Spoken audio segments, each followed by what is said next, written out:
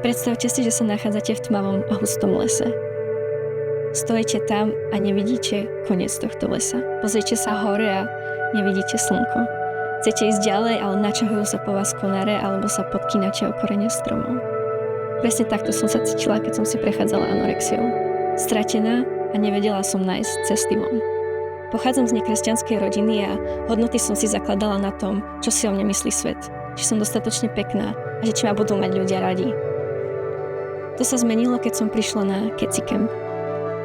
O Pánu Bohu som už párkrát počula a vedela som, že asi existuje, ale až na Kecoch som prvýkrát počula o tom, že je osobný a ma miluje.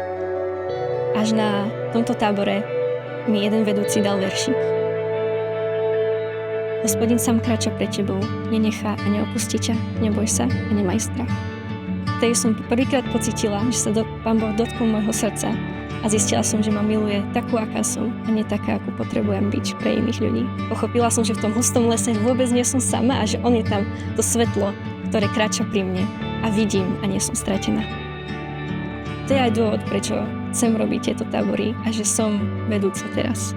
Že sa môžem starať o ľudí, ktorí majú rôzne psychické problémy a byť tu pre nich. Mám jednu krásnu skúsenosť pred 2 rokmi, keď som zdieľala tento môj príbeh a sa otvorili ľudia a mohli hovoriť o ich problémoch. A presne dúfam, že takto si ma bude Pán Boh používať aj naďalej.